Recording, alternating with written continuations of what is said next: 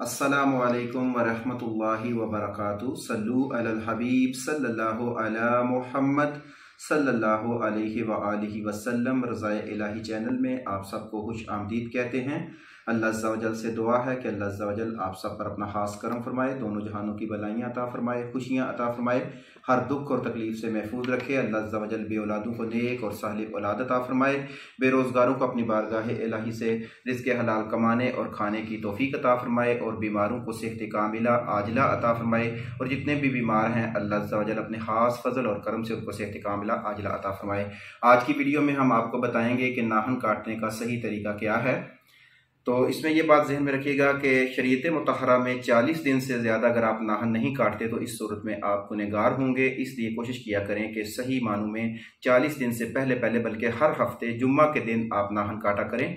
हदीस मुबारक के मफहूम के मुताबिक अगर आप जुम्मा के दिन नाखून काटते हैं तो 10 दिन के लिए आप बीमारियों परेशानियों से महफूज रहेंगे।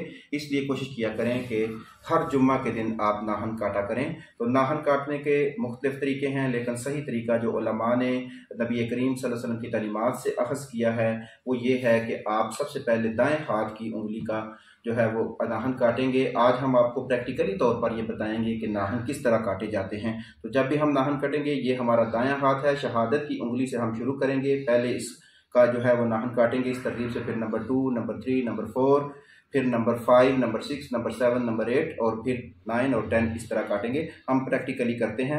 ये बात ज़हन में रखिएगा कि जब भी हम नाखून काटें तो कोशिश किया करें कि जुम्मतुल मुबारक का दिन हो, तो इससे आपके लिए जो है वो ज़्यादा सवाब का जो होगा, और उसमें यह भी फ़ायदा होगा कि आप आने वाले जुम्मे तक जो है वो बीमारियों से महफूज रहेंगे। ये हमने शहादत की एक उंगली का काट लिया। फिर हमारा स्टेप नंबर 2 है दूसरी उंगली का नाखून काटेंगे।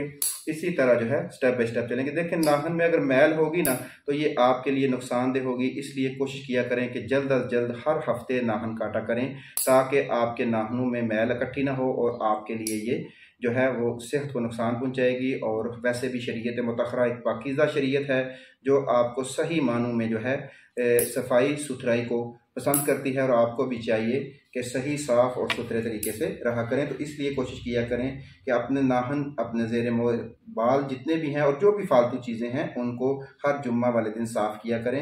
हदीस मुबारक में भी इसी का हुक्म आया है।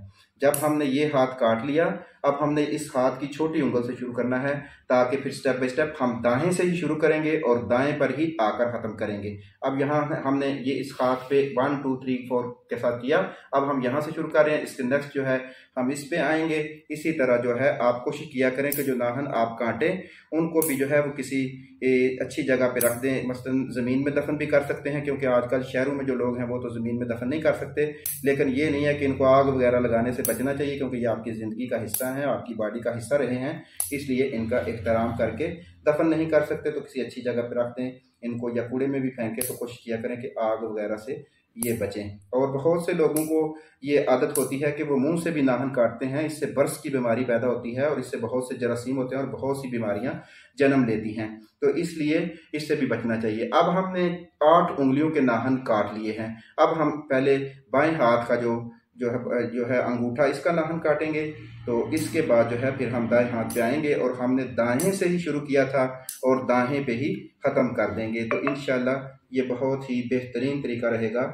और ये अब मुस्तहब अमल ये है, क्योंकि इसमें थोड़ी सी उलमा की दो राय है कि ये सुन्नत है या नहीं तरीका। तो इसलिए हमें, क्योंकि आका की तालीमात में यही पता चला है कि जो कोई भी अच्छा काम है वो दाईं तरफ से शुरू करेंगे और दाईं तरफ पर ही ख़त्म करेंगे। ये अल्हम्दुलिल्लाह हमने 5 उंगलियां इस हाथ की, दाएं हाथ की और 5 बाएं हाथ की, इनके नाखून काट लिए। एक दफ़ा फिर दोहराई कर लेते हैं। सबसे पहले शहादत की उंगली, फिर ये, फिर 2 3 नंबर, फिर 4 नंबर, और यहाँ से फिर हम चले जाएंगे दूसरे हाथ पे, छोटी उंगली, फिर उससे बड़ी, फिर इस तरह, फिर इस तरह, फिर ये, और फिर ये, इस तरह 10 उंगलियों के जो है वो हम नाखून काटेंगे। अब ये जो नाखून है इनको हम इकट्ठा कर लेंगे। उसके बाद मसला आता है कि पाँव के नाखून जो है वो हम कैसे काटेंगे, क्योंकि पाँव के नाखून काटने का भी शरीयत में जो है ना उलमा ने, फ़ुक़हा की ये शान होती है कि जब भी वो कोई मसला बयान करते हैं तो उसमें आका सल्लल्लाहु अलैहि वसल्लम की तमाम तालीमात और हदीस का मुतालिया करके आपको बयान करते हैं। इसका कोई ख़ास तरीका नहीं है, लेकिन उलमा फ़ुक़हा कहते हैं कि क्योंकि जब हम वुज़ू करते हैं तो उसमें हम जब उंगलियों का हलाल करते हैं तो यहाँ से शुरू करते हैं। तो फिर हम इस तरह करेंगे कि पहले ये छोटी उंगली,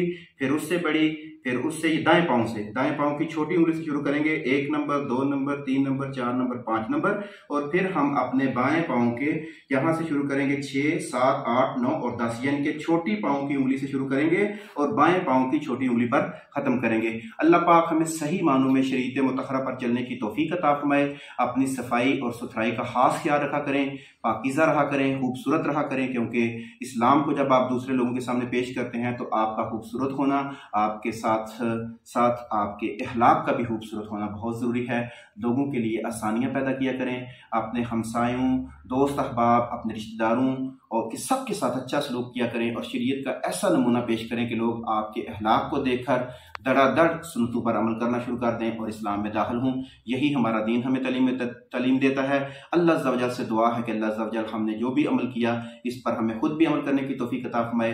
हम आप सबके शुक्रगुजार कि आप रज़ाए इलाही चैनल में हमारे साथ हैं और दीन की तालीमात सीख रहे हैं। अल्लाह पाक आपका ये सीखना, हमारा सिखाना, हम सब का मिलकर दीन की खिदमत करना अपनी बारगाह अक़दस में कबूल व मंजूर फरमाए। अस्सलामु अलैकुम व रहमतुल्लाहि व बरकातुहू।